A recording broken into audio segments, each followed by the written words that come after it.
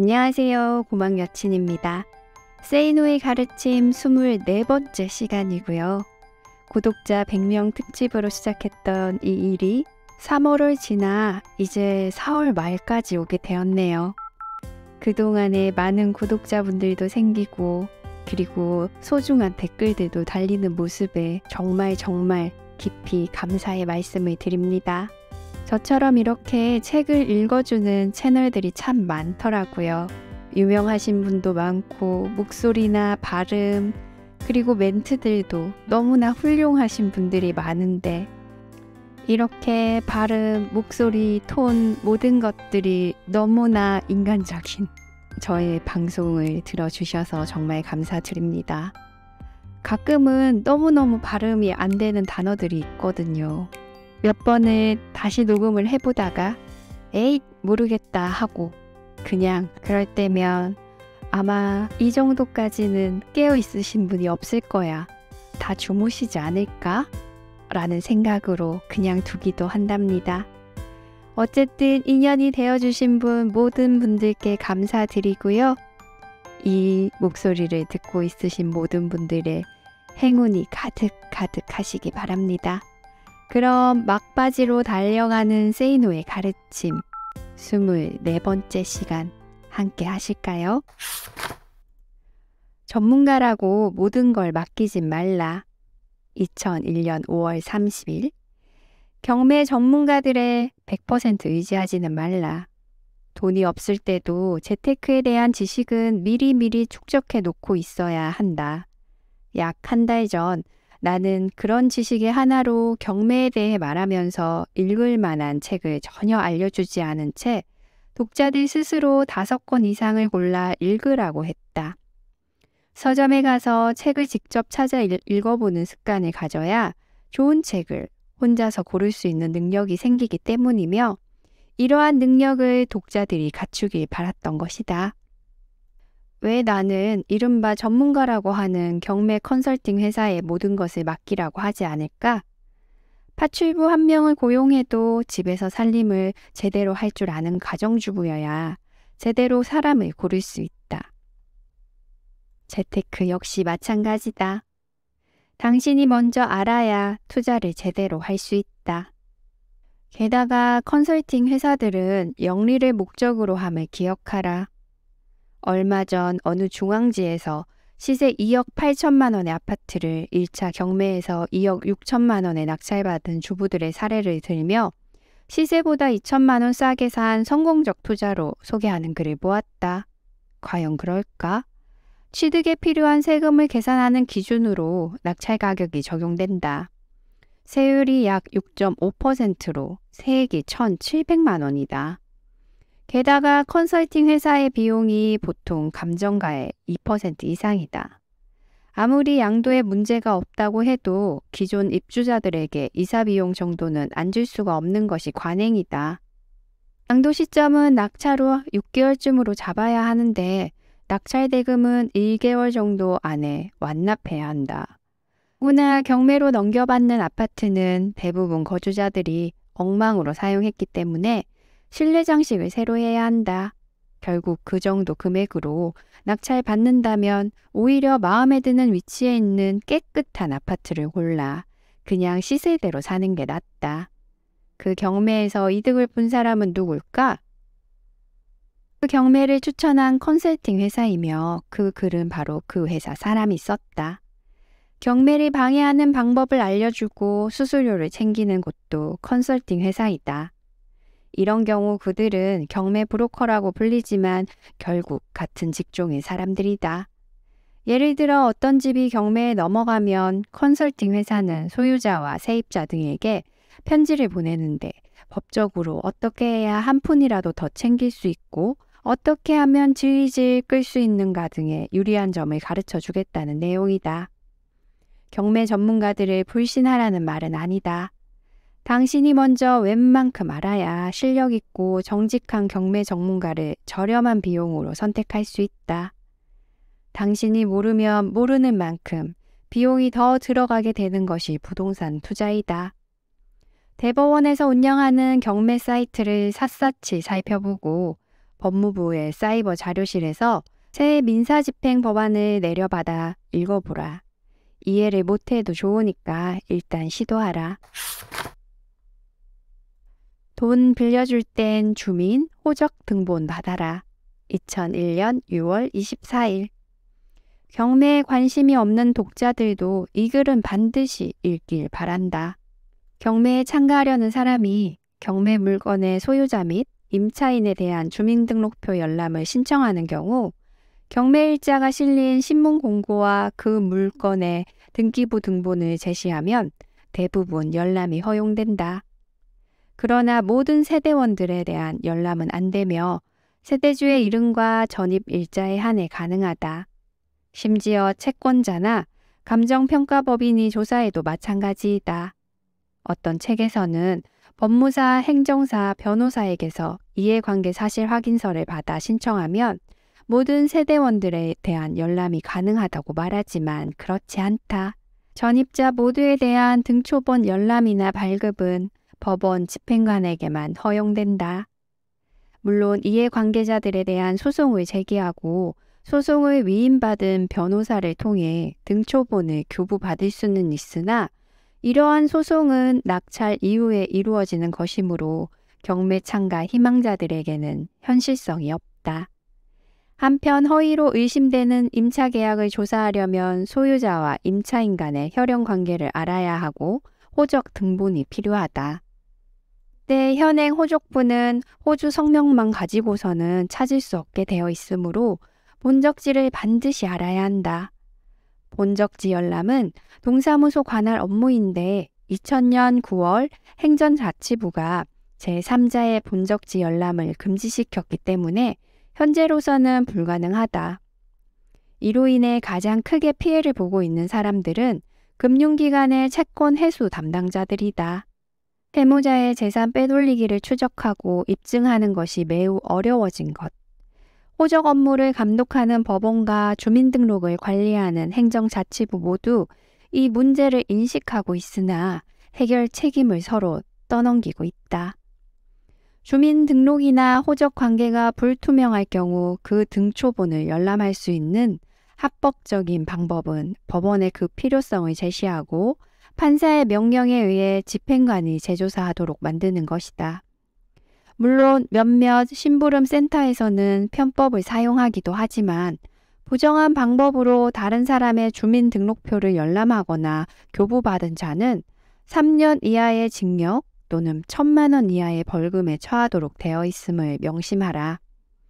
그러므로 혹시 앞으로 누군가에게 큰 돈을 빌려줄 때는 만일을 위하여 모든 세대원의 주민등록 등본과 호적 등본을 함께 받아 놓아라.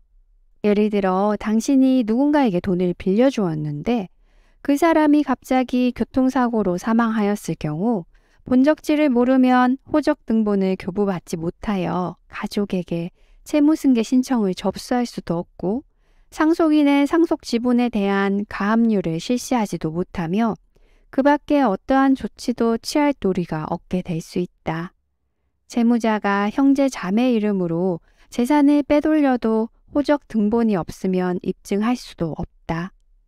물론 채무자 가족이 본적지 주소를 알려준다면 좋겠지만 현실이 꼭 그렇지만은 않지 않은가? 결국 당신이 돈을 되돌려 받을 길은 멀고 험하게 되고 마는 것이다. 말이 통하지 않을 땐 침묵하라.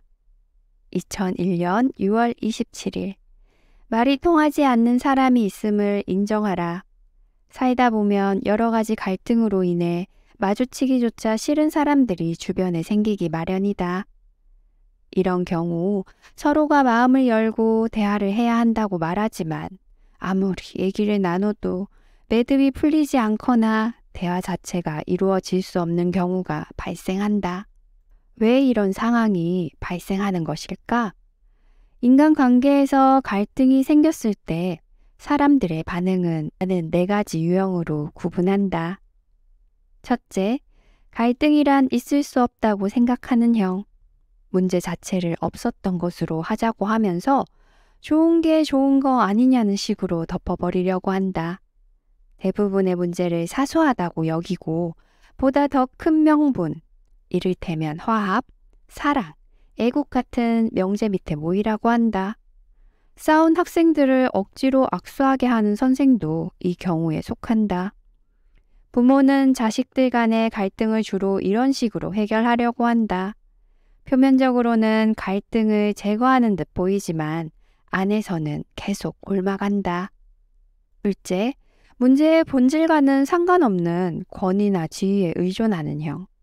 문제를 일으킨 사람이 윗사람일 경우 주로 나이가 몇 살이냐, 어떻게 대들 수 있느냐는 식으로 말한다. 아랫사람이 잘못을 저질러 윗사람에게 야단을 맞았을 때 어떻게 그렇게 비인간적으로 야단칠 수 있느냐는 식으로 윗사람을 오히려 비난하는 경우 역시 이 부류에 속한다. 여자와 싸우다가 여자가 왜 그래? 라며 윽박 지르는 남자들도 이 부류이다. 셋째, 다른 사람들에게 호소하는 형. 이런 사람들은 평상시에는 당사자에게 태연하게 행동하면서도 다른 사람들에게 자기 하소연을 늘어놓는데 오해, 과장, 축소, 은폐, 모함이 따른다. 그러나 나중에 무슨 말을 했었는지도 제대로 기억을 못하거나 딱 잡아뗀다. 당사자와 직접 이야기하는 경우는 드물며 오해가 풀어져도 사과하거나 반성하지 않는다. 다중인격적인 면모를 갖고 있으며 가장 멀리해야 할 대상에 속한다. 넷째, 책임을 밝히려고 하는 형. 보통 사람들은 입으로 직접 거론하기 힘들어하는 것들도 거침없이 끄집어내어 밝히고자 한다. 연장자들을 당황하게 만들며 상대방에게 서운함 혹은 괘씸함을 안겨주기도 한다.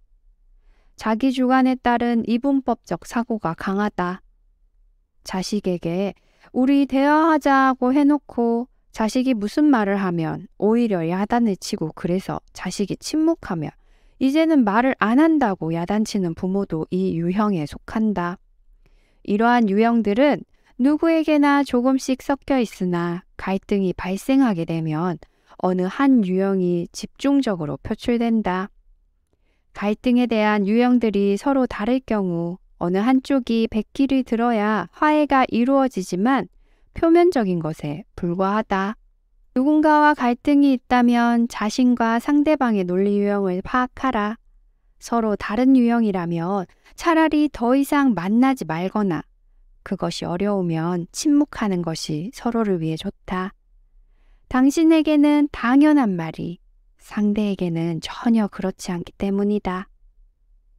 말이 통하지 않는 사람이 있음을 인정하며 살자는 말이다. 당신은 정말 시간이 없는가? 2001년 7월 1일 2001년의 절반을 어떻게 보냈는가? 영화에서 007이 스포츠카를 모는 것을 보고 한 달 전 운전면허를 땄다.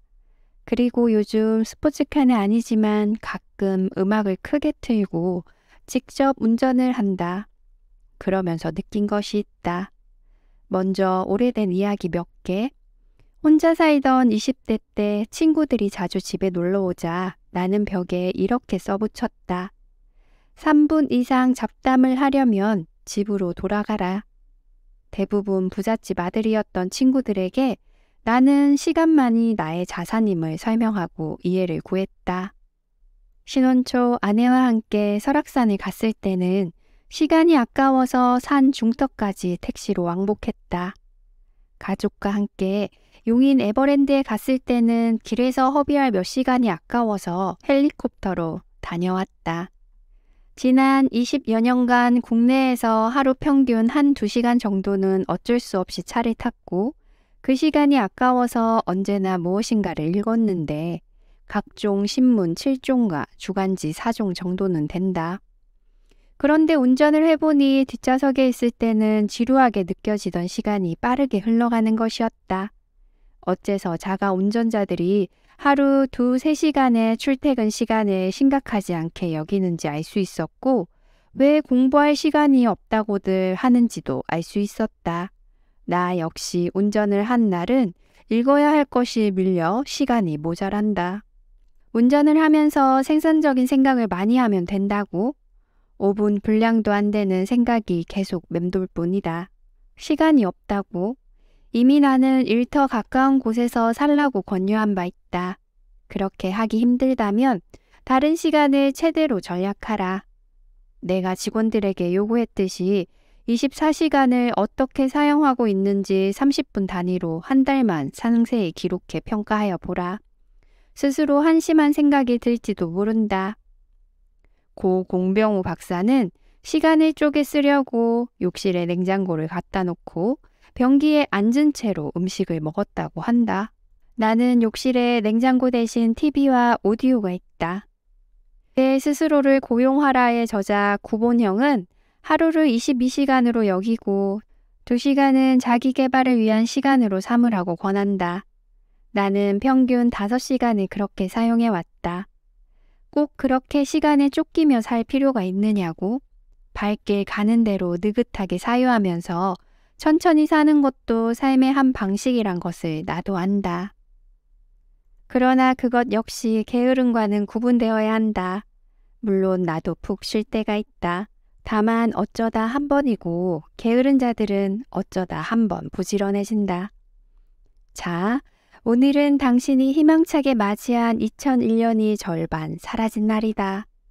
지난 6개월의 시간을 당신의 미래에 변화가 생기도록 사용했는가?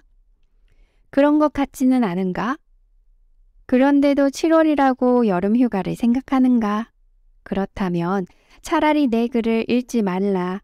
장담하건대 당신이 재미있는 것만 즐기며 시간을 보내다 보면 당신의 삶 자체가 조만간 재미없어질 것이다.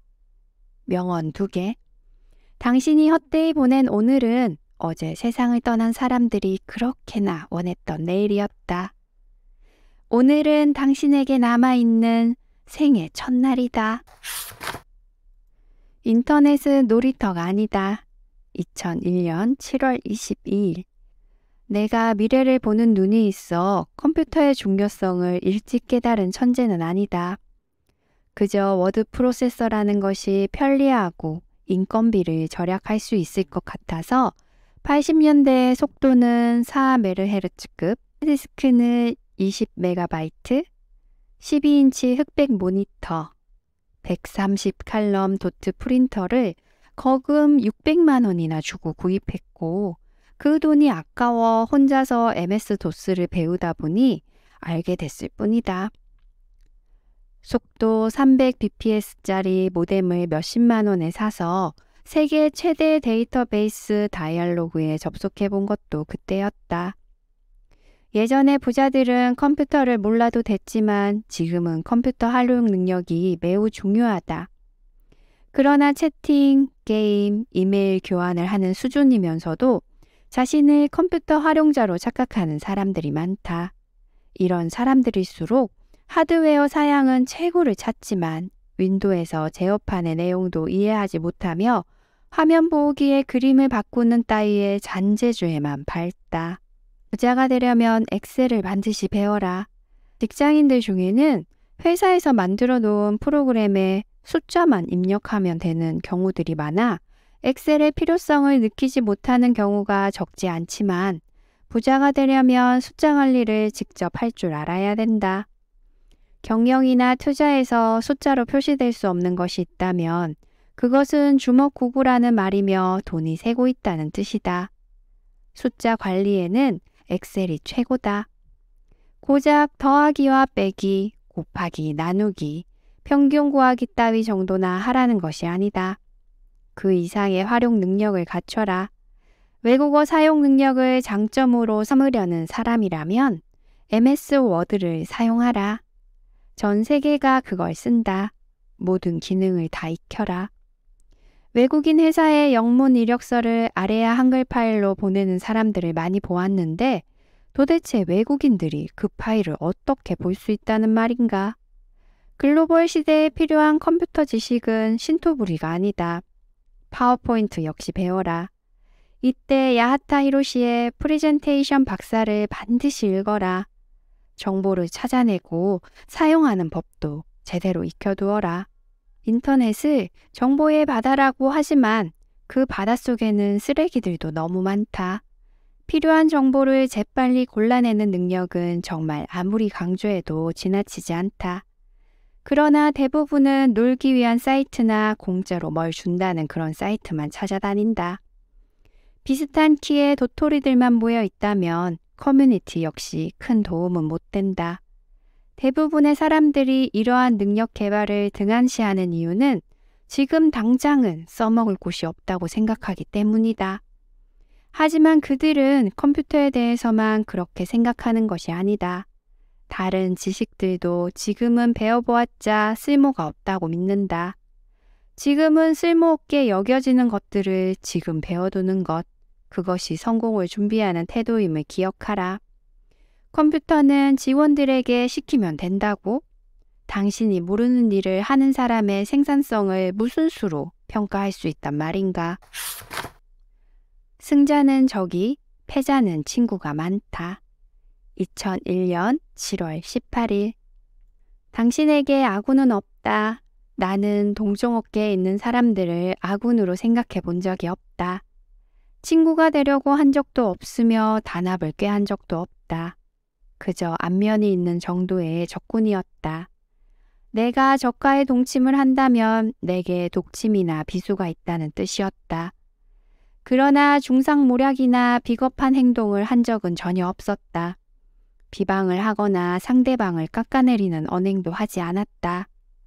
나의 무기는 가격과 품질, 서비스, 올바른 경영이었으며 아울러 직원 개개인이 자기 개발을 하여 스스로 미래를 구축하도록 강제적으로 공부시키는 것 등이었다. 내게는 적을 죽이고 부상을 입힐 수 있는 지뢰와 수류탄이고 독침이었다.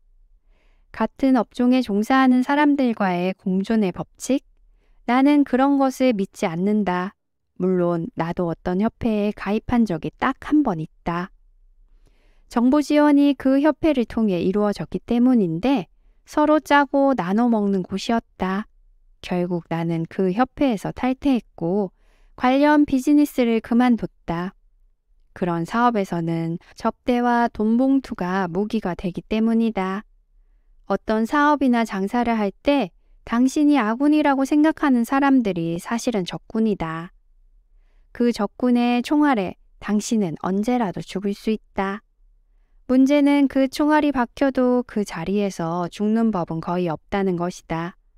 모르는 사이에 아주 서서히 죽어간다. 그러다가 어느 날 아침 깨어보면 몸을 움직이지도 못하는 자신을 발견하게 된다. 그러나 때는 이미 늦었다. 적군은 이미 당신 무덤에 보낼 조화를 주문해 놓은 뒤일 것이다. 당신 무덤 앞에서 슬픈 표정을 짓겠지만 돌아서서는 축배의 노래를 부를 것이다. 당신에게는 어깨에 친구가 많다고? 적이 없다고? 그것을 자랑하지 마라.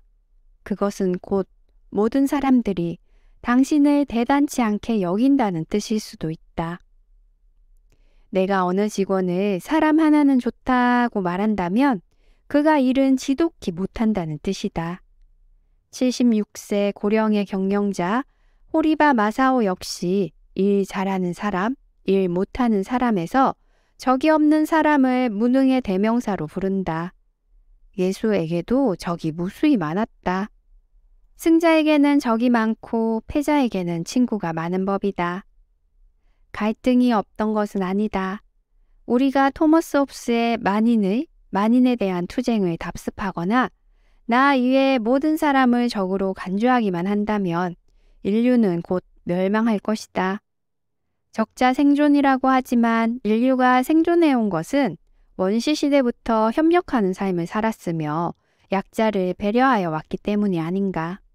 그래서 나는 적어도 조직 내에서만큼은 호모 사피엔스로서 모두가 협동하고 하나 되게 하려고 노력했다. 때문에 동료들과 협동하는 것이 아니라 동료를 지배하려는 직원을 나는 좋아하지 않는다. 팀워크를 깨기 때문이다. 일본 외상 다나카 마키코는 말한다. 인간은 세 종류뿐이다. 가족과 피고용인 그리고 적이다. 피고용인은 나를 충실히 따라라. 그가 말한 피고용인은 외무성 광부를 말한다.